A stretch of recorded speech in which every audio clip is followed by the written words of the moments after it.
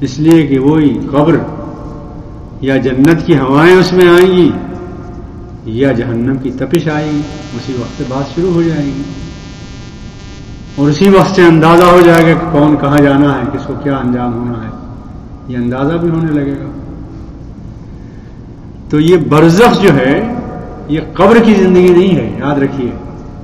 مرنے کے بعد انسان کی مرنے کے بعد سے لے کر اٹھنے تک، قیامت کے اٹھنے تک جہاں بھی انسان ہو گیا برزخ کی زندگی ہو، اس لیے کہ قبر ہر ایک کو تو میسر نہیں آتی۔ کسی کے پرخ سے اڑ گئے، کسی کو شیر نے کھا لیا، وہ غذا بن گیا اس کا، ہر ایک کو تو قبر نظر نہیں آتی۔ تو یہ من وراہم برزخ الی یوم، مرنے کے بعد سے دوبارہ اٹھنے تک، قیامت کے حشر کے اٹھنے تک زندگی جہاں کہیں بھی ہوگی، اس کو برزخ کہتے ہیں۔ یہ زندگی قبر کی زندگی ہم اسے کہتے ہیں۔ قبر کی اس معنی میں کہتے ہیں کہ عام طور پر مردوں کو دفن کرتے ہیں، لیکن ہر ایک کو تو قبر نہیں ملتی۔ ہزاروں ڈوب گئے، کہاں قبر ملی؟ تو وَأُزْلِفَتِ الْجَنَّةُ لِلْمُتَّقِينَ غَيْرَ بَعِيدٍ، اور قیامت کے دن جنت متقیوں کے بہت قریب کر دی جائے گی۔ تو پہلی صفت جنتیوں کی ہوئی متقی ہونا، تقوی۔ تقوی کے معنی یہ ہے کہ اللہ سے بے پناہ محبت ہو اور اللہ سے بے پناہ خوف ہو۔ اس خوف اور محبت کی ملی جلی کیفیت سے قلب میں ایک روشنی پیدا ہوتی، ایک جلا پیدا ہوتی، اور اس جلا اور اس روشنی اور اس تقوی کی کیفیت کے نتیجے میں آدمی بھلائیوں کا بہت حریص ہو جاتا ہے۔ اسے فکر ہوتی ہے ہر وقت نیکی کمانے کی، بھلائی کرنے کی، انسانوں کی خدمت کرنے کی، انسانوں کے ساتھ حسن سلوک کرنے کی، اللہ کی عبادت کی، بندوں کے بھلائی کی، یہ فکر ہوتی ہے اسے، اور برائیوں سے اسے نفرت ہوتی، بیزاری ہوتی۔ اور کسوٹی یہ دی ہے محمد صلی اللہ علیہ وسلم نے، اسے نوٹ کیجئے ذہن میں، اذا سرت کا حسنت کا وسعت کا سیئات فانت مومن۔ جب تجھے نیکیاں اچھی لگنے لگیں، بھلی لگنے لگیں، تجھے نیکیوں سے محبت ہونے لگے، نیکیاں دیکھ کے تیری طبیعت مسرور ہونے لگے، اور برائیاں دیکھ کر تجھے نفرت ہونے لگے، بیزاری ہونے لگے، فانت مومن، تو سمجھ لے کہ تو مومن ہے۔ یہ کسوٹی ہر آدمی اپنے آپ کو آزما سکتا ہے کہ مجھے برائی اچھی لگ رہی ہے یا اچھائی اچھی لگ رہی ہے۔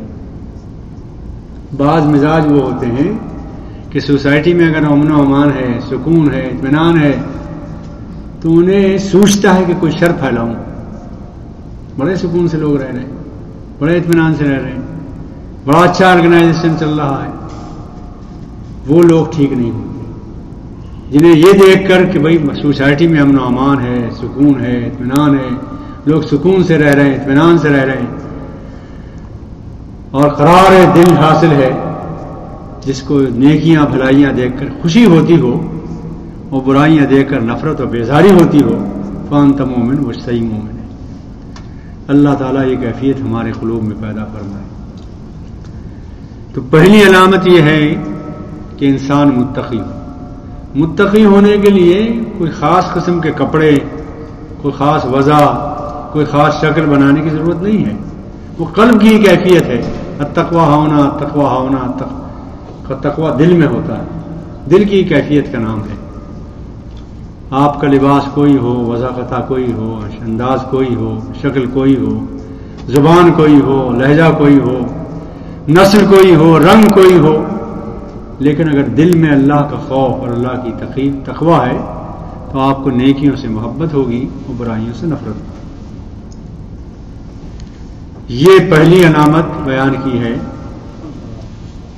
متقیوں کی علامت، جنت کی پہلی علامت ہے۔ آپ جس بندے کو دیکھیں اسے نیکیوں سے محبت ہے، بھلائیوں کی طرف دوڑ رہا ہے، تو دل میں یہ طے کر لیجیے کہ اللہ اسے جنت سے نواز دے، یہ جنت ہی ہے۔ اور ایک بات یاد رکھیے، آپ دعا دوسرے کے حق میں کریں گے، وہ دعا آپ کے حق میں لگے گی۔ یہ عجیب بات ہے، دوسرے کے لیے آپ دعا کریں تو وہ دعا پہلے آپ کو جو اللہ دے گا پھر اسے پہنچائے گا. یہ بھی ہے کہ انسانوں سے محبت کیجیے، انسانوں سے ربط پیدا کیجیے، ان کی بھلائی چاہیے. تو اللہ تعالیٰ کی جو تخلیقات ہیں اس میں سب سے اشرف تخلیق انسان ہے. ایک آرٹسٹ تصویریں بناتا ہے، جو تصویر سب سے اچھی ہوتی ہے اسے محبوب ہوتی ہے. وہ اللہ کو بندوں سے بہت محبت، آپ اس کے بندوں سے محبت کریں، اللہ محبت کرے گا آپ سے. جس بندے کے لیے آپ دعا کریں گے کہ اللہ اسے جنت سے نواز، وہ دعا آپ کو بھی لگے گی انشاءاللہ. پہلی علامت یہ یاد رہے گی نا، پہلی علامت ہے تقویٰ. اللہ تعالی ہم کو اس سے نوازے. کوشش کریں گے انشاءاللہ، بچنے کی کوشش کریں گے، اپنی سی کوشش کریں گے، اللہ توفیق دینے والا ہے. ھذا ما توعدون لکل اواب حفیظ. دوسری صفت ہے اواب.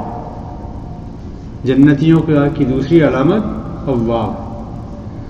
آبا یعوب کے معنی عربی زبان میں ہوتے ہیں لوٹنے کے، واپس آنے کے. بار بار وہ اللہ کی طرف لوٹتا ہے، پھر اس سے گناہ ہو جاتا ہے، پھر خطا ہو جاتا ہے، پھر خطا ہو جاتی ہے، پھر کسی گناہ میں مبتلا ہو جاتا ہے، مگر پھر لوٹتا ہے اللہ کی طرف. کہتا ہے کہ میں کہاں جاؤں، اور کوئی دروازہ تو میرا ہے نہیں، دروازہ تو یہی ہے، میں کہاں جا سکتا. تو وہ کسی اور دروازے کو نہیں کھٹ رہا، پھر اللہ کی طرف لوٹتا ہے. اواب ہوتا ہے، بہت زیادہ لوٹتا ہے اللہ کی طرف. اور اللہ تعالیٰ کو بندوں کی نیکیوں میں، بھلائیوں میں، عبادتوں میں سب سے زیادہ جس سے خوشی ہوتی ہے وہ توبہ ہے. توبہ کو اللہ تعالیٰ بہت پسند کرتا ہے، بہت خوش ہوتا ہے. چنانچہ حدیث میں ہے، نبی صلی اللہ علیہ وسلم نے فرمایا، ایک بندہ ہے جو لق و دق صحرا میں، ریگستان میں سفر کر رہا ہے. اونٹ پر اس کا ساز و سامان ہے، کھانا بھی ہے، پانی بھی ہے، سب اس اونٹ پر لدا ہوا ہے. وہ سفر کر رہا ہے اس ریگستان میں. ریگستان ایسا کہ میلوں تک نہ کوئی کھانے کی چیز ہے، نہ میلوں تک پانی ہے، کہیں کچھ نہیں. اس کا کھانا پانی سب اونٹ پر لدا ہوا ہے. اس اونٹ پر سفر کر رہا ہے. میلوں کے سفر کرنے کے بعد تھک جاتا ہے تو کسی چٹان کے پاس وہ بیٹھ جاتا ہے، سستانے لگتا ہے. سستاتے سستاتے اس کی آنکھ لگ جاتی ہے، سو جاتا ہے.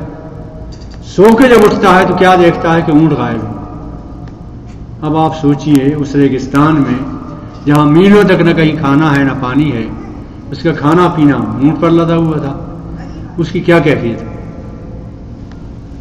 وہ زندگی سے محروم ہو گیا، مایوس ہو جائے گا. وہ ادھر دوڑتا ہے، ادھر دوڑتا ہے، تلاش کرتا ہے، اپنا اونٹ کہیں نہیں ملتا، زندگی سے مایوس ہو جاتا ہے. اور وہ کہتا ہے پروردگار، اونٹ تو مل نہیں رہا ہے، اب تو میرے لیے اس ریگستان میں موت ہی موت ہے. موت کے لیے تیار ہو کر پھر وہ وہیں بیٹھ جاتا ہے. موت، زندگی سے مایوس، موت کے لیے تیار ہے، بیٹھ گیا ہے. سوچتا ہے کہ پروردگار اب تو مرنا ہے مجھے، اس لیے کہ نہ کھانے کو ہے میلوں تک، نہ پینے کو ہے، نہ کوئی اور شے ہے، موت کے سوا میرے لیے کچھ نہیں. وہ پھر وہاں بیٹھ جاتا ہے موت کے لیے تیار ہو کر. پھر آنکھ لگتی ہے، سو جاتا ہے. تھوڑی دیر کے بعد کیا دیکھتا ہے کہ وہ اونٹ سامنے کھڑا ہے. آنکھ کھلتی ہے، دیکھتا ہے. اس کی خوشی کی انتہا دیکھیے کیا ہوگی. دوبارہ زندگی ملی. زندگی سے مایوس ہو کے مرنے کے لیے تیار تھا، دوبارہ زندگی ملی، اونٹ ملا اسے، تو اس کی خوشی کی انتہا نہیں رہتی. صحیح مسلم حدیث کی ایک کتاب ہے، بخاری کے بعد اسی کا درجہ ہے. اس میں حدیث ہے، اللہ کے رسول محمد صلی اللہ علیہ وسلم فرماتے ہیں وہ اتنا خوش ہوتا ہے، اتنا مسرور ہوتا ہے، اتنا خوش ہوتا ہے کہ وہ کہنا کچھ چاہتا ہے، زبان سے کچھ نکل رہا ہے. خوشی میں مدہوش ہے، وہ اسے ہوش نہیں کہ میں کیا کہہ رہا ہوں. وہ اللہ تعالیٰ سے کہتا ہے کہ پروردگار، تو نے بڑا کرم کیا مجھ پر، میری زندگی لوٹا دی تو نے، اور آخر کیوں نہیں لوٹاتا تو میرا بندہ ہے، میں تیرا خدا ہوں. الٹی بات کہتا. نبی صلی اللہ علیہ وسلم کے الفاظ ہیں، اخطا من شدت الفرح، خوشی کی انتہا میں اس کی زبان لڑکھڑا گئی. کہنا یہ چاہ رہا ہے کہ تو میرا رب ہے، میں تیرا بندہ ہوں. الٹی بات کہہ رہا. اس کے بعد اللہ کے رسول نے فرمایا کہ اس بندے کو گما ہوا اونٹ ملا ہے تو اس کی خوشی کی یہ انتہا ہے. اسی طرح جب اللہ تعالیٰ کو کوئی گمراہ بندہ توبہ کے ذریعے واپس ملتا ہے تو اس بندے کے مقابلے میں بھی اللہ زیادہ خوش ہوتا ہے. یہ توبہ کی قیمت ہے. اللہ تعالیٰ سے دعا کیجیے کہ ہمیں بار بار توبہ کرنے کی توفیق عطا فرمائے، ہم اپنے رب کو خوش کر سکیں. یہ معنی ہے ابواب کے. دو باتیں ہوئی، بار بار توبہ کرنے والا پھر غلطی ہو جائے، پھر دربار میں آتا گڑ گڑاتا ہے، پروردگار سے کہتا ہے پروردگار کہ میں جاؤں تو کہاں جاؤں، کوئی اور در تو ہے نہیں، معاف کرنے والا بھی کوئی اور نہیں، تو ہی معاف کرنے والا ہے، تیرے ہی دربار میں گڑ گڑاتا ہوں، تو سیدھی دعا کرتا ہوں. حفیظ، تیسری صفت ہے حفیظ. یاد رہے گا، پہلا متقی ہونا، دوسرا اواب ہونا توبہ کرنے والا، تیسری حفیظ. حفیظ اس بندے کو کہتے ہیں جو اللہ کی دی ہوئی امانتوں کی حفاظت کرے. آپ نے کبھی غور نہیں کیا، بے پناہ نعمتیں دی ہیں اللہ نے آپ کو، غیر معمولی نعمتیں دی ہیں. کبھی تنہائی میں غور کیجئے. سب سے بڑی نعمت تو یہ ہے کہ آپ کو انسان بنایا. کیڑا نہیں بنا سکتا تھا، آپ نے کوئی درخواست دے رکھی تھی یا کوئی زور تھا آپ کا. جانور بھی بنا سکتا تھا، سانپ بھی بنا سکتا تھا، کیڑا بھی بنا سکتا تھا. آپ کو انسان بنایا، اشرف المخلوقات بنایا. کرم ہے کہ نہیں؟ نوازش ہے، عنایت ہے، بہت بڑی عنایت ہے. پھر فرض کیجئے کہ وہ انسان کو تو بنایا اس نے، آنکھیں نہ دیتا تو کون دیتا؟ دماغ خراب کر دیتا کہاں سے لاتے؟ دل میں سوراخ پیدا کر دیتا کہاں سے لاتے؟ بولنے کی طاقت نہ دیتا، گونگا بنا دیتا کہاں سے؟ کون دیتا زبان؟ اتنی آپ سوچتے چلے جائیں. وَإِن تَعُدُّوا نِعْمَتَ اللَّهِ لَا تُحْصُوهَا، اگر اللہ کی نعمتوں کو گننا چاہو تو شمار نہیں کر سکو. ایک ایک نعمت اتنی قیمتی ہے کہ کوئی نہیں دے سکتا. مولانا جامی رحمۃ اللہ علیہ سفر کر رہے تھے، دمشق کی جامع مسجد جا رہے تھے. راستے میں ایک فقیر لیٹا ہوا تھا اور وہ بھیک مانگ رہا تھا لوگوں سے کہ مجھے دے دو، کچھ دے دو. یہ ٹھہرے وہاں امام مولانا جامی رحمۃ اللہ 2 لمحے کے لیے ٹھہرے. تو جب ٹھہرے تو دیکھا کہ فقیر جو ہے وہ اللہ سے شکوہ کر رہا ہے. شکوہ یہ کر رہا ہے کہ پروردگار دیکھو یہ بھی آدمی گیا کتنا صحت مند ہے، یہ آدمی گیا کتنا صحت مند ہے، اس کے بعد دولت بھی ہے، میں یہ فقیر بنا کے یہاں ڈال دیا تم نے. یہ شکوہ کر رہا. مولانا جامی وہیں رک گئے اور اس فقیر سے کہا کہ بھائی مجھے تم سے ایک بات کرنی ہے. فقیر نے کہا کہو. کہا مجھے تمہیں 2 لاکھ روپے 2 لاکھ درہم دینا ہے تمہیں. تو فقیر نے کہا میاں کیوں ستا رہے ہو، 1 درہم تو کوئی دیتا نہیں، صبح سے پڑا ہوا ہوں، تم 2 لاکھ درہم دو گے؟ جاؤ اپنا کام کرو، خواہ دل میری کیوں چھیڑ رہے ہو؟ مولانا جامی نے کہا نہیں میں سنجیدہ ہوں، میں 2 لاکھ درہم دوں گا تمہیں، صحیح کہتا ہوں، بالکل سنجیدگی سے کہہ رہا ہوں. وہ اٹھ کے بیٹھ گیا. تو مولانا جامی نے کہا مگر ایک شرط ہے. فقیر نے کہا ایک شرط کیا، 10 شرطیں پوری کر دوں گا میں، تم دو مجھے 2 لاکھ. تو مولانا جامی نے کہا شرط یہ ہے کہ میں تیری ایک آنکھ نکالوں گا، مجھے ضرورت ہے تیری آنکھ. فقیر کو غصہ آیا اور کہا کمبخت میری آنکھ لے گا، 10 لاکھ روپے دے گا، 10 لاکھ درہم دے گا، جب بھی آنکھ نہیں دوں گا، ہے کس فکر میں، بھاگ جا. مولانا جامی نے کہا کہ تیرے پاس ایک ایک آنکھ 10-10 لاکھ کی ہے اور پھر ناشکری کر رہا اللہ کی. ناشکری کی کیا گنجائش ہے تجھے؟ تو ہی تو کہہ رہا نا کہ میں 10 لاکھ کی بھی نہیں دوں گا ایک آنکھ، تو 2 آنکھیں ہیں تیرے پاس، کس بات پہ ناشکری کر رہا ہے؟ تو انسان اگر سوچے اپنی زندگی کے بارے میں تو نعمتیں ہی نعمتیں ہیں، نوازشیں ہی نوازشیں ہیں. اللہ نے آپ کو اولاد دی، کتنی بڑی نعمت ہے. صحت دی، کتنی بڑی نعمت ہے. اللہ حفیظ کے معنی یہ ہے کہ ان نعمتوں کی قدر کرنے والا، ان نعمتوں کا احتساب کرنے والا، ان نعمتوں کو گننے والا، ان نعمتوں کی حفاظت کرنے والا اور ان نعمتوں کو برباد نہ کرنے والا. یہی تو حفیظ ہوگا نا. اولاد دی ہے اس کی حفاظت کریں، اسے اعلیٰ تعلیم دیں، دین سکھائیں، صدقہ جاریہ بنائیں. اللہ نے جسم دیا، توانائیاں دی، اللہ کی راہ میں لگائیں. اللہ نے مال دیا ہے، اللہ کی راہ میں لگائیں. یہ حفیظ کے معنی ہے. ہر حفیظ بندہ رات کو جب سونے سے پہلے سونے کو جاتا ہے بستر پر تو ایک تھوڑی دیر کے لیے غور کرتا ہے کہ پروردگار صبح کو میں اٹھا، تمام اعضاء ٹھیک تھے، میرا گھر بھی امانت محفوظ تھا، میرے بچے بھی محفوظ تھے، میری بیوی بھی محفوظ تھی، میرا شوہر بھی محفوظ تھا، میرے عزیز اقربا بھی محفوظ تھے، میرا سمال اور اسباب بھی سب محفوظ تھا. پروردگار شام تک محفوظ رہا. تیرا کرم ہی کرم ہے، تیری عنایت ہی عنایت ہے. اور یہ سوچتے ہوئے اس کی آنکھ سے 2 آنسو بہہ گئے خدا کی محبت میں.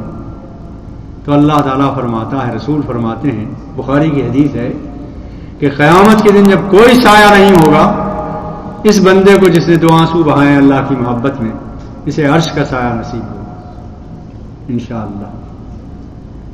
حاصل کرنے کے بہت ذرائع ہیں، کوشش کی ضرورت ہے. تو یہ حفیظ کے معنی ہیں، انشاءاللہ یاد رہیں گے اور انشاءاللہ اپنا احتساب بھی کریں گے. ہم سب اپنا احتساب کریں گے کہ جو نعمتیں اس نے دے رکھی ہیں ہم نے اللہ کی راہ میں لگائیں کہ نہیں لگائیں. آنکھ کس لیے دی، اسی نعمت میں لگائی کہ نہیں لگائی. زبان جس لیے دی وہ کام کیا کہ نہیں کیا. کان جس لیے دیے تھے وہ کام کیا اس سے کہ نہیں کیا. جو مال دیا تھا وہ مال اس راہ میں لگایا کہ نہیں لگایا. آپ سوچیں گے تو نعمتیں ہی نعمتیں ہیں، کرم ہی کرم ہے، عنایت ہی عنایت ہے، نوازش ہی نوازش ہے. من خشی الرحمن بالغیب، یہ چوتھی صفت ہوئی. 3 ہو گئی نا، یاد ہوگی. تقوی، دوسری توبہ، تیسری حفیظ. چوتھی صفت ہے خشیت، اللہ کا خوف. مگر اللہ کا خوف جو ہے اس کے لیے 2 لفظ آتے ہیں عربی میں، ایک خوف ہے اور ایک خشیت ہے. خوف اور خشیت میں فرق یہ ہے کہ اگر آپ کو کوئی مارنے جا رہا ہے کہ بھئی یہ بات کہو نہیں گردن اڑاتا ہوں، تو اس ڈر سے جو آپ کہیں گے وہ خوف کہلائے گا کہ گردن اڑائی جا رہی ہے، عذاب دیا جا رہا ہے، سزا دی جا رہی ہے، بھئی تم فلاں بات مان لو ورنہ ہم جیل میں بھیجتے ہیں. اس کو کہتے ہیں خوف. مگر خشیت کے معنی یہ نہیں. خشیت کسی کی عظمت، کسی کا جلال، کسی کا مرتبہ، کسی کا منصب، اس منصب کے جلال کے خوف میں جو خوف ہوتا ہے اسے خشیت کہتے ہیں. اس میں عذاب کا، سزا کا خوف نہیں ہوتا. مثال سمجھیے آپ، جیسے اللہ کا جلال ہے، عظمت ہے، مقام ہے کہ اس نے ہمیں پیدا کیا، اس نے نعمتیں دی، اس نے نوازا ہے، وہ ناراض نہ ہو جائے کہیں، کوئی ایسا کام ہم نہ کریں. اس کیفیت کا نام خشیت ہے. دونوں میں بہت بڑا فرق ہے. واضح ہوئی نا بات. مثال کے طور پر کسی کی والدہ بہت ضعیف ہے، 80 سال کی عمر ہے، بیچاری جو ہے کروٹ بدل نہیں سکتی اپنی، پڑی ہوئی ہیں چارپائی پر. بیٹے اور بچے اور بیٹیاں کروٹ بدلوا دیتی ہیں. ایک جوان ہٹا کٹا بیٹا 6 فٹ کا قد کا آتا ہے اور اپنی ماں سے کہتا ہے کہ اماں جان مجھے تو امریکہ کا ٹکٹ مل گیا ہے، ویزا بھی مل گیا ہے، میں جا رہا ہوں.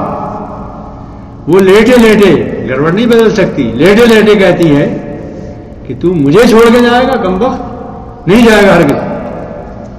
اور وہ 2 آنسو بہا کے کہتا ہے کہ اماں اگر آپ کہتی ہے کہ نہ جاؤ تو میں ہرگز نہیں جاؤں گا. یہ مارنے کا خوف نہیں ہے، یہ کائے کا خوف، یہ اس کے مرتبے کا خوف کہ اس کے قدموں میں میری جنت ہے، میری جنت ضائع ہو جائے گی اگر اس کا کہنا میں نے نہیں مانا. اس خوف کا نام خشیت. اس لیے اللہ تعالیٰ نے یہ نہیں کہا من خشی القہار من خشی الجبار، جو جبار سے قہار سے ڈرتا ہو. خشی الرحمن، جو بہت نوازنے والا ہے، بہت رحم کرنے والا ہے، بے پناہ نوازنے والا ہے، اس سے وہ ڈرتا ہے. اس کی نوازشیں کم نہ ہو جائیں، اس کی رحمتیں کم نہ ہو جائیں، اس کی عنایتیں کم نہ ہو جائیں. اس خوف کا نام خشیت ہے. ہاں ہاں دعا کیجیے کہ اللہ یہ خشیت عطا فرمائے، بہت بڑی نعمت. فرق سمجھ میں آیا آپ کے؟ قرآن کو یوں سمجھنے کی ضرورت ہے. بہت عظیم دولت ہے یہ قرآن. اس سے جڑ جائیں، اس سے ربط پیدا ہو جائے، اسے سمجھانے والے مل جائیں اور یہ سینے میں اتر جائے تو انسان بدل جائے گا، انقلاب آ جائے. من خشی الرحمن بالغیب. پھر ایک اور بات کہی اللہ نے، رحمان سے ڈرتا ہے وہ جو بہت رحم کرنے والا ہے. اس سے تو محبت کرے گا نا آدمی. یہ محبت ہی کی رحمت ہے. خشیت محبت ہی کی وجہ سے کہ ناراض نہ ہو جائے، خفا نہ ہو جائے، نگاہیں نے توجہ نہ پھیر لیں ہم سے. پھر ایک اور بات کہی بالغیب. جیل تو نظر آ رہی ہے، قانون کی سزا تو نظر آ رہی ہے، اللہ تو نظر نہیں آ رہا ہے. نظر نہ آنے کے باوجود اس کا اتنا یقین ہے، اس پر اتنا پختہ تعلق ہے، اس سے اتنا ربط ہے کہ آدمی لرز رہا ہے اس سے کہ اللہ ناراض نہ ہو جائے مجھ سے، کہیں یہ نعمتیں چھن نہ جائے مجھ سے، کہیں میں تباہ نہ ہو جاؤں، برباد نہ ہو جاؤں. من خشی الرحمن بالغیب. کتنی صفتیں ہوئیں؟ 4. وجاء بقلب منیب. اور وہ آئے اللہ کے پاس قلب منیب لے کر. قلب منیب کہتے ہیں انابا ینابو، متوجہ ہونا.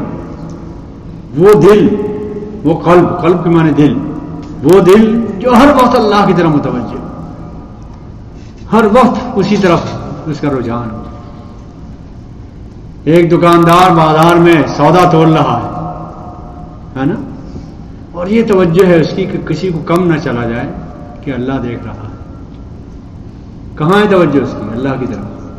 زبان سے تو کچھ نہیں کہہ رہا ہوں، تو زبان سے ذکر کرنا کافی نہیں ہے.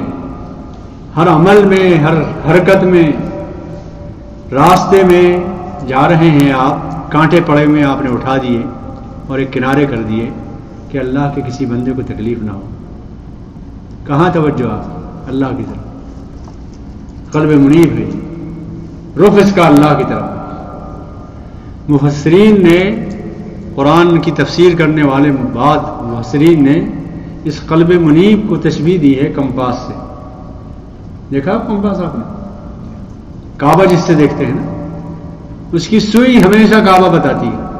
اسے کتنے بھی ڈسٹرب کریں، تکلیفیں دیں، ماریں پیٹیں، پھر رکھ دیں، وہ کہاں سوئی کہاں ہوگی؟ وہی قبلہ ہی بتائے گا. مومن کا بھی حال یہ ہے کہ اس پر کتنی مصیبتیں آ جائیں، کیسی آفتیں آ جائیں، کیسے سنگین حالات ہوں، کیسی رنگینیاں ہوں دنیا میں، کیسی لالچ اسے دیے جائیں، اس کا رخ اللہ کی طرف ہے. وہ کسی اور طرف رخ نہیں کرتا، اس کی سوئی اللہ ہی کی طرف ہوتی. وجاء بقلب منیب. اور اس قلب منیب کے ساتھ وہ اللہ کے حضور آئے. کتنی علامتیں ہوئیں؟ ہو گئی نا 5 علامتیں ہوئیں. پھر لو دہراتا ہوں، للمتقین غیر بعید. متقی تقوی ہونا، اواب ہونا، حفیظ ہونا، خشیت ہونا، اور منیب، قلب منیب ہونا. یہ 5 علامتیں جو ہوں گی تو کہا جائے گا ادخلوها بسلام. اب جنت میں داخل ہو جائے تو سلامتی کے ساتھ. 2 مفہوم ہیں اس کے. سلامتی کے ساتھ داخل ہو جائے، یہ مفہوم بھی ہے، ہر طرح کی سلامتی ہے. اور یہ بھی ہے کہ فرشتے جب آئیں گے اسے جان نکالنے کے لیے تو پہلے وہ سلام کریں گے. سلام علیکم طبتم فادخلوها خالدین. وہ سلام کریں گے. تتوفاہ الملائکۃ طیبین. جب اس کی وہ جان نکالیں گے تو کہیں گے، بہت خوشگوار انداز میں نکالیں گے، کہیں گے سلام علیکم، تم پر سلامتی ہو. فرشتے اس وقت بھی سلامتی کریں گے. جب حشر کے میدان میں پہنچیں گے تو سب پیغمبروں کے سلام آئیں گے، مسلمانوں کے سلام آئیں گے. جنت میں داخل ہوں گے، لا یسمعون فیہا لغوا ولا تعصیما. کوئی لغو بات، کوئی بیہودہ بات، کوئی گالی گلوچ کی بات جنت میں نہیں ملے گی. الا خیرا سلاما سلاما. ہر طرف سے سلامتی سلامتی ہوگی. ایک جا رہا ہے سلام کر رہا ہے، دوسرا جا رہا ہے سلام کر رہا، پیغمبر ملاقات کر رہے ہیں سلام کر رہے ہیں، سلام ہی سلام ہوگا. ادخلوها بسلام. داخل ہو جا جنت میں، اب تیرے اوپر سلام ہی سلام ہوں گے. اور سب سے بڑی بات بتاؤں گا آپ کو، سب سے عظیم نعمت یہ ہوگی، سلام قولا من رب الرحیم. رب رحیم کا سلام آئے گا. اور خدا کہے میرے بندے تجھ پر میری سلامتی ہو، میرا سلام ہو، اس سے بڑی نعمت کیا ہوگی؟ سب کچھ مل گیا وہ. سلام قولا، سورہ یاسین کی آیت ہے، سلام قولا من رب الرحیم. وہ رحم کرنے والا رب جو تمہارا رب ہے اور رحم کرنے والا بھی ہے، وہ کہے گا میرے بندے تجھ پر سلامتی ہو، مجھے میرا سلام تجھے پہنچے. اور اللہ کہے کہ تیروں پر سلام ہے، تو اس کے بعد تو کوئی چیز رہ نہیں جاتی. ادخلوها بسلام ذالک یوم الخلود. اے بندے اب یہ دن تیرے لیے دائمی ہے، ہمیشہ کے لیے ہے. اب نہ تجھے موت آئے گی، نہ کوئی تکلیف ہوگی، نہ کوئی مصیبت ہوگی. اب جنت ہی جنت ہے، نعمتیں ہی نعمتیں ہیں. لہم ما یشاؤون فیہا. اس جنت میں جو چاہو گے پاؤ گے، جو خواہش ہوگی پوری ہوگی. بہت بڑی بات ہے. جو خواہشیں ہوں گی ہر خواہش پوری ہوگی. اس دنیا میں تو نہیں ہوتی ہزاروں حسرتیں ایسی کہ ہر حسرت پہ دم نکلے. بہت نکلے میرے ارمان لیکن پھر بھی کم نکلے. یہاں تو پوری نہیں ہوتی حسرتیں. جنت میں یہ حسرت پوری ہوگی کہ جو چاہو گے ملے گا. لہم ما یشاؤون فیہا. اور ایک اور بات اللہ نے فرمائی، ولدینا مزید. اور جو تم چاہو گے وہ بھی ملے گا، اور ہمارے پاس تمہاری چاہت سے زیادہ بھی کچھ ہے. اس لیے کہ تم تو وہی چاہ سکتے ہو جو تمہیں معلوم ہے، اور ہمارے پاس تو نعمتیں وہ بھی ہیں جو تمہیں معلوم نہیں، جو کبھی سوچا نہیں ہے تم نے. وہ نعمت بھی تو ہے نا ہمارے پاس. اس کے تحت مفسرین نے لکھا ہے کہ ایک دن اللہ تعالیٰ جنتیوں سے پوچھے گا میرے بندو خوش ہو. تمام بندے ایک آواز ہو کر کہیں گے پروردگار ہم بہت خوش ہیں. رضینا یا ربنا. اے پروردگار ہم بہت خوش ہیں. جو کچھ ہم نے سوچا تھا اس سے بھی زیادہ ملا، جو نہیں سوچا تھا وہ بھی مل گیا، سب کچھ مل گیا. تو اللہ تعالیٰ کہے گا میرے پیارے بندو تمہیں سب کچھ مل گیا؟ نہیں، ابھی ایک نعمت ایسی باقی ہے کہ جب وہ نعمت میں تمہیں دوں گا تو یہ ساری نعمتیں تمہیں ہیچ نظر آئیں گی، کمتر نظر آئیں گی. اب اہل جنت بڑے فکر مند ہوں گے بھلا اب کون سی نعمت رہ گئی. تو جنت میں اعلان ہوگا کہ تمام جنتی جنت کے فلاں میدان میں جمع ہو جائے. دعا کیجیے ہم بھی وہاں ہوں اور یہ ہم سے بھی کہا جائے انشاءاللہ. انشاءاللہ اعمال تو نہیں ہے اس لائق، لیکن اللہ کی رحمت بہت وسیع ہے، بہت وسیع ہے.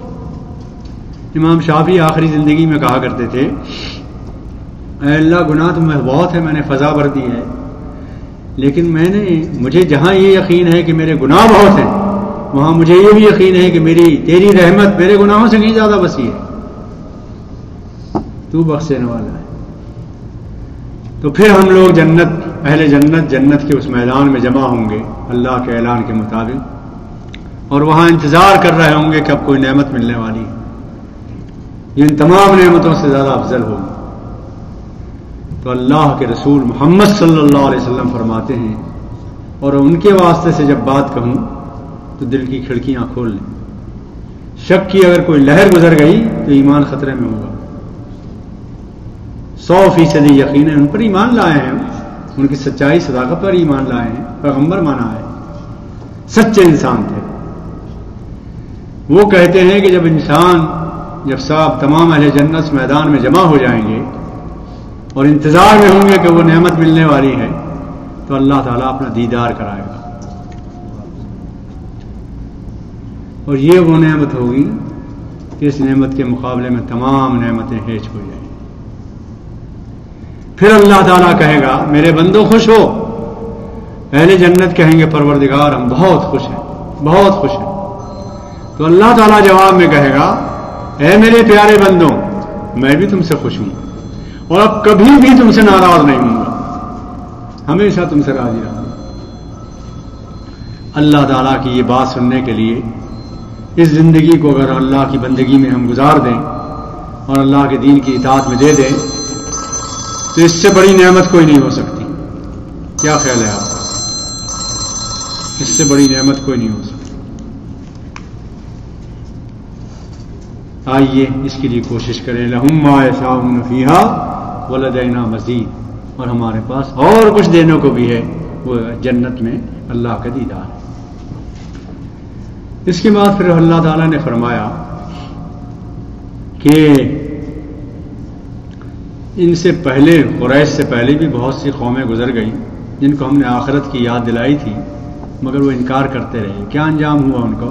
ان کی طاقتیں بھی بہت تھیں، قوتیں بھی بہت تھیں۔ ہم اشد منہم بطشن، وہ پکڑ میں، گرفت میں، اقتدار میں ان سے اعلیٰ تھے۔ فنقبوا فی البلاد، انہوں نے چھان مارے تھے، لیکن کہیں پناہ انہیں نہیں ملی، حل من محیص، کہیں چھٹکارا نہیں ملا۔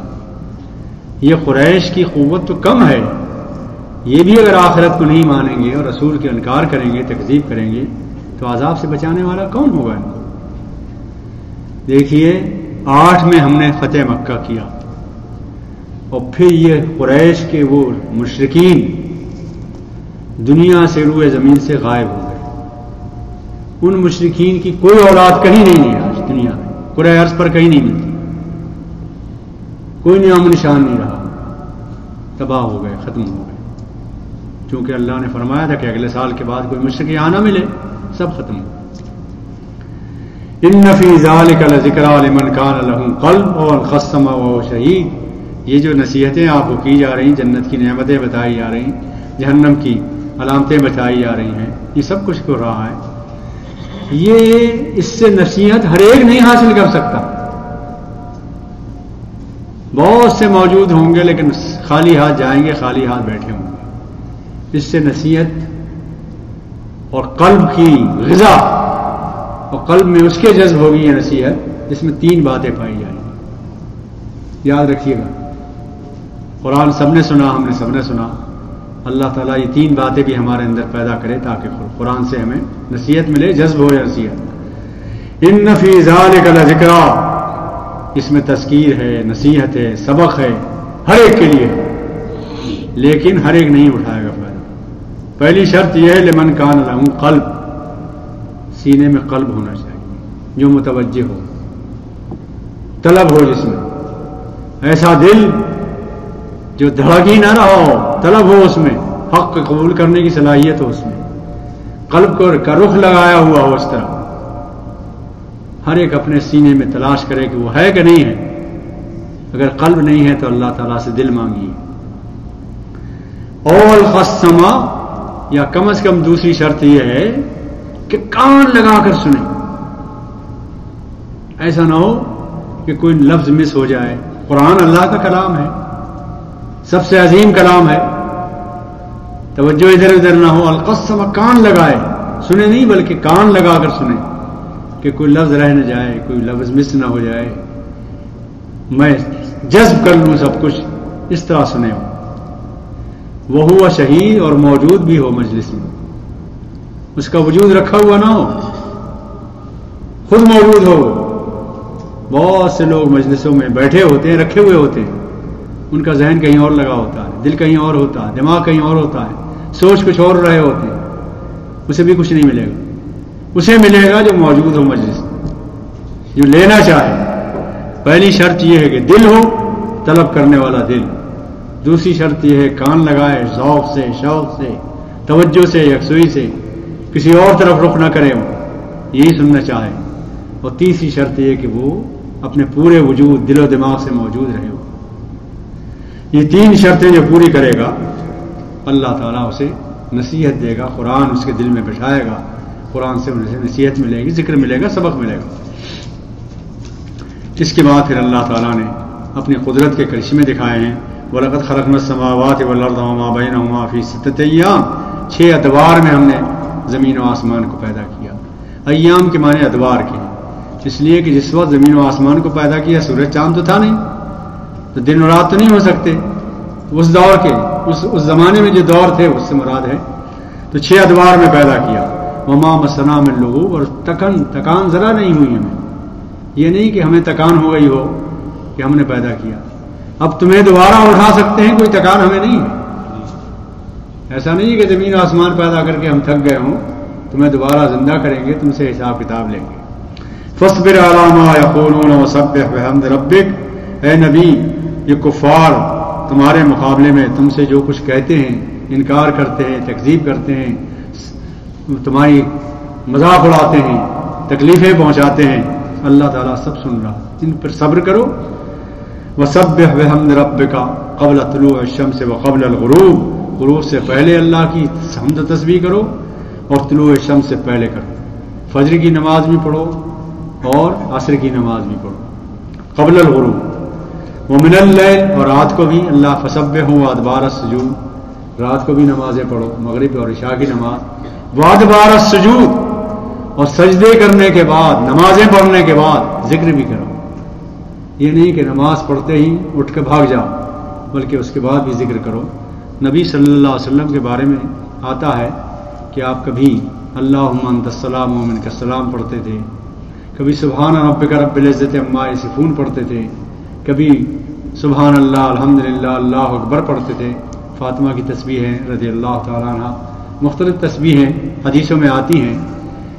نماز کے بعد دعائیں کرنا، نماز کے بعد یہ تسبیحیں پڑھنا، یہ بھی ذکر ہے کہ فسبحوا وادبار السجود، نماز کے بعد یہ تسبیح تذکیر بھی کرو. اللہ کے رسول یہ بھی کرتے تھے. واستمع یوم ینادی المناد من مکان قریب، اور سنو، اس کان لگاؤ اس آواز پر جس دن منادی آواز لگائے گا. قیامت آ گئی، منادی آواز لگا رہا ہے من مکان قریب. اور سور جب پھونکا جائے گا تو ایسا ہر انسان کو معلوم ہوگا، وہ زمین کے کسی کو حصے میں ہو، ایسا معلوم ہوگا کہ بہت قریب سے یہ آواز آ رہی ہے، اتنی زوردار آواز ہوگی. یوم یسمعون الصیحۃ بالحق، جس دن قیامت آ جائے گی اور یہ چیخ، یہ پکار ہر انسان سنے گا. ذالک یوم الخروج، یہ دن ہوگا جس دن تم دوبارہ اٹھائے جاؤ گے، قبروں سے نکلو گے. ہم قبروں سے نکلیں گے جس طرح کوپلیں نکلتی ہیں زمین سے. انا نحن نحیی ونمیت والینا المصیر، ہم ہی پیدا کرنے والے ہیں، زندگی دینے والے ہیں، ہم ہی موت دینے والے ہیں. والینا المصیر، اور تمہارا لوٹنا بھی ہماری طرف ہے. یوم تشقق الارض عنہم سراعا، جس دن زمین پھٹ پڑے گی تیزی کے ساتھ اور اس میں سے تم نکلو گے. ذالک حشر علینا یسیر، یہ حشر کا دن ہوگا جب زمین پھٹے گی، شق ہوگی اور ہر انسان اس میں سے نکلے گا اور اللہ کے حضور جمع ہوگا. حشر کے میدان میں جمع ہوں گے سارے انسان. ذالک حشر علینا، یہ حشر ہے، انسانوں کو ہم جمع کریں گے. علینا یسیر، یہ بہت آسان ہے ہمارے لیے. ہم نے زمین و آسمان پیدا کیے، ایک ایسی کائنات پیدا کی، اس پر غور کرو. اس پر تو آج سائنس نے اتنی ترقی کی ہے اور اتنا معلومات حاصل کی ہیں کہ ایک ایک ستارہ، ایک ایک سیارہ ہمارے سورج سے کئی گنا بڑا. جو خدا اتنی کائنات پیدا کر سکتا ہے وہ انسان کو بھونگے کو دوبارہ نہیں اٹھا سکتا. یہ کہنا ہے اللہ تعالیٰ. نحن اعلم بما یقولون وما انت علیہم بجبار، ہم خوب جانتے ہیں کہ تمہاری اس دعوت کے نتیجے میں، قرآن سنانے کے نتیجے میں یہ لوگ کیا کہتے ہیں تم سے، لیکن تم ان کو جبریہ دعوت دینے والے نہیں ہو، جبار نہیں ہو، ان پر سنانے والے ہو. اور مومن دعوت دیتا ہے، سناتا ہے، جبر تو نہیں کرتا. فذکر بالقرآن من یخاف وعید، تو قرآن کے ذریعے تذکیر کیجئے، قرآن سمجھائیے ان کو.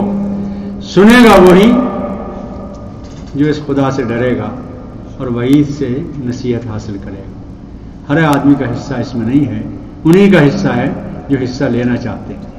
یہ طلب جن میں نہیں ہے انہیں کچھ نہیں.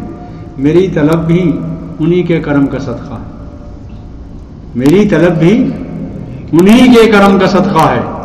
قدم یہ اٹھتے نہیں ہیں، اٹھائے جاتے ہیں. آپ مسجد میں آئے ہیں کسی کی توفیق سے آئے ہیں، خود نہیں آ سکتے. اللہ توفیق اگر نہ دے تو کچھ نہیں، انسان کے بس کا کام نہیں. اللہ تعالیٰ سے دعا کیجئے. صورت پوری ہو گئی، اللہ تعالیٰ سے دعا کیجئے کہ پھر انشاءاللہ موقع ملے تو انشاءاللہ اور پھر انشاءاللہ پیش کریں گے، اور نہ موقع ملے اور نہ آ سکیں تو دعا کیجئے کہ اللہ تعالیٰ خاتمہ ایمان پر فرمائے. ہو چکی غالب بلائیں سب تمام، ایک مرگ ناگہانی اور ہے. دعا کیجئے کہ اللہ تعالیٰ ہم سب کا خاتمہ ایمان پر فرمائے. یہ آخری نتیجہ. وآخر دعوانا الحمدللہ رب العالمین. کچھ موقع ہو بہت ٹائم ہے ابھی ہے. اچھا تو آپ کوئی سوال جواب کریں. جی جب اللہ تعالیٰ نے فرمایا کہ میں انی جاعل فی الارض خلیفہ، فرشتوں نے کہا کہ یہ زمین میں فساد پیدا کرے. تو اللہ تعالیٰ نے حضرت آدم علیہ السلام کو کچھ نام سکھا دیے اور پھر فرشتوں سے پوچھا کہ ان کے نام بتاؤ. انہوں نے کہا کہ سبحانک لا علم لنا الا ما علمتنا انک انت الحکیم.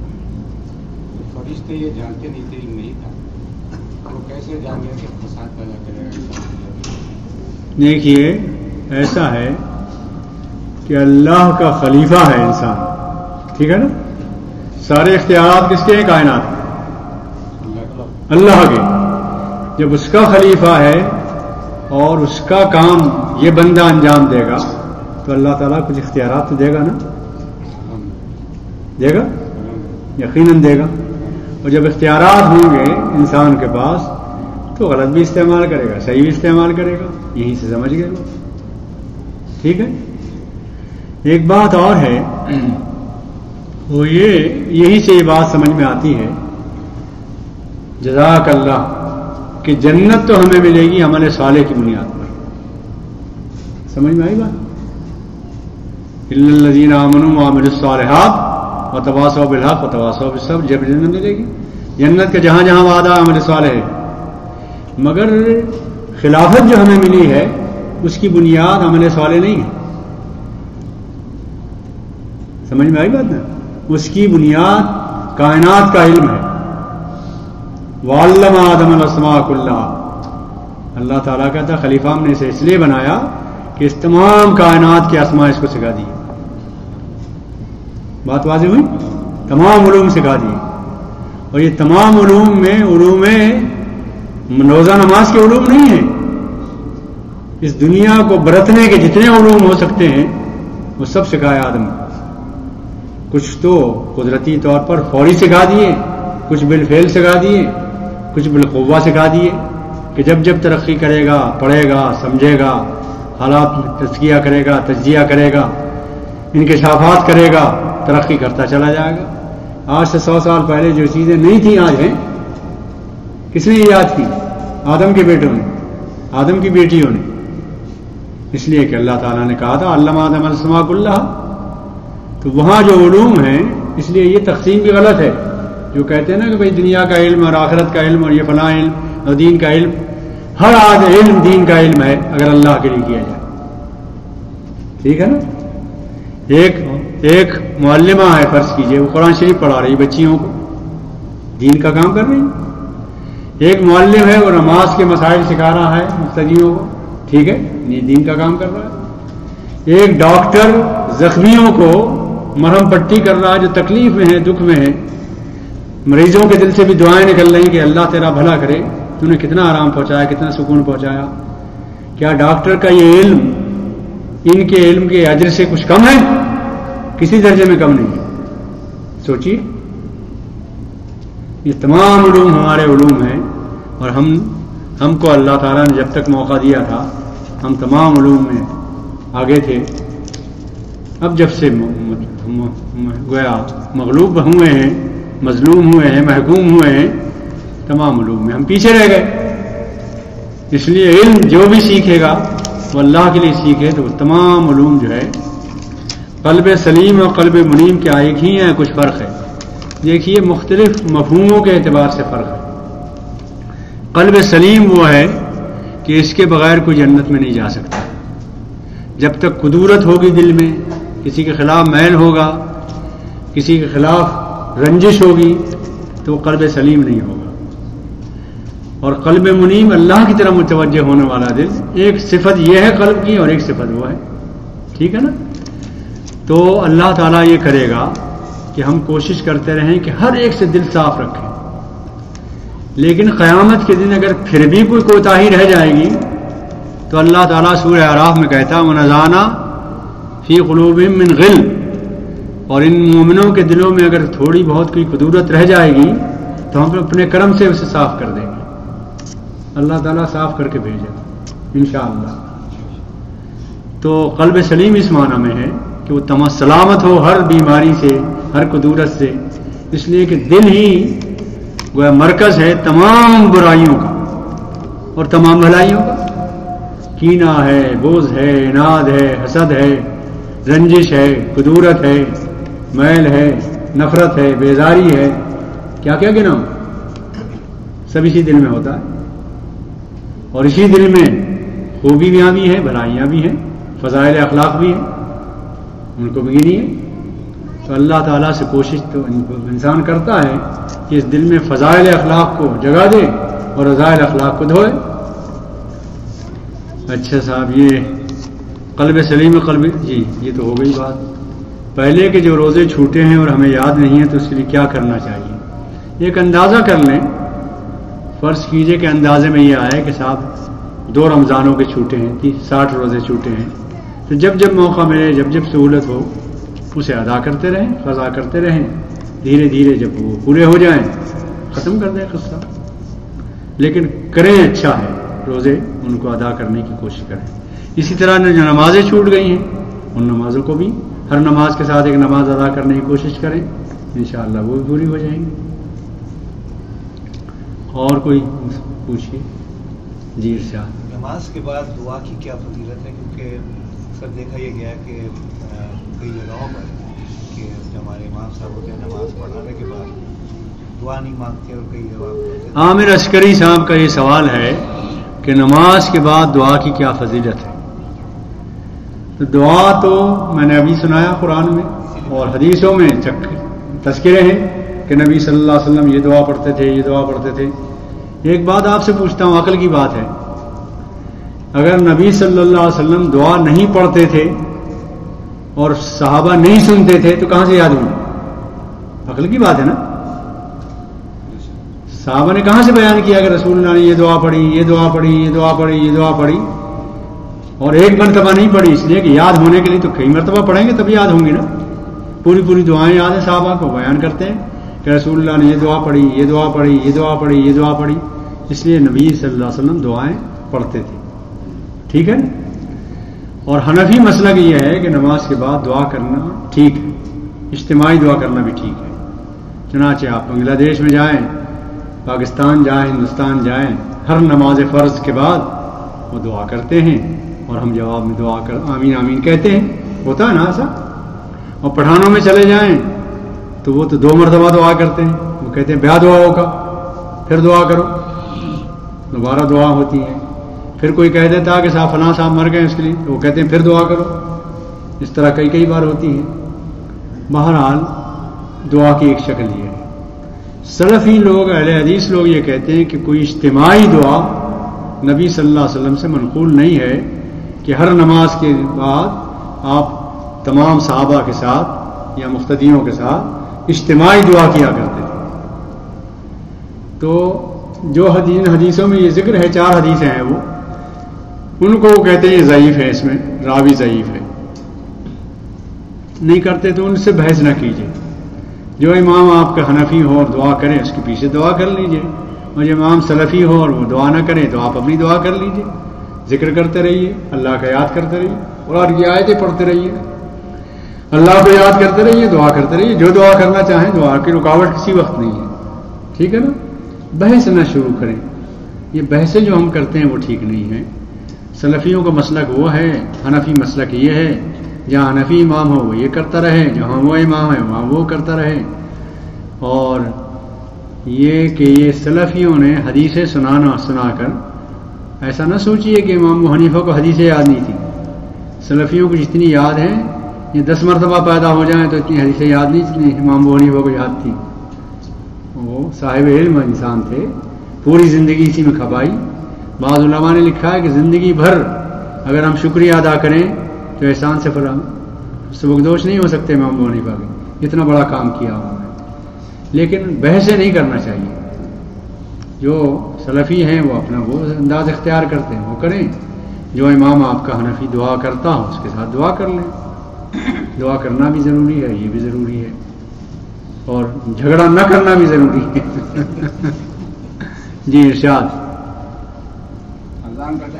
آسان کا ٹائم. اچھا دیکھیے، یہ بتائیے کہ اذان کے بعد ہم لوگ چلے جائیں ایک تو شکل یہ ہے، اور آپ کے کچھ سوالات باقی ہوں تو آج میں ہوں، پھر تو نہیں ہوں گا، اور پتہ نہیں ہوں گا کہ نہیں ہوں گا پھر آئندہ سال. تو اگر آپ کو کچھ سوالات ہوں تو مجھے بتا دیجئے، تو میں رکا رہوں، اور نہ ہوں تو دعا کر لیں اور رخصت ہو جائیں. کیا ارادے ہیں؟ جی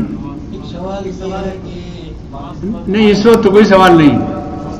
میں یہ کہہ رہا ہوں کہ نماز کے بعد سوالات کے لیے چند منٹ بیٹھ جائیں گے. ٹھیک ہے، جو بیٹھنا چاہیں، جو جانا چاہیں، جنہیں کام ہو یا بھوک لگی ہو جائیں. ٹھیک ہے.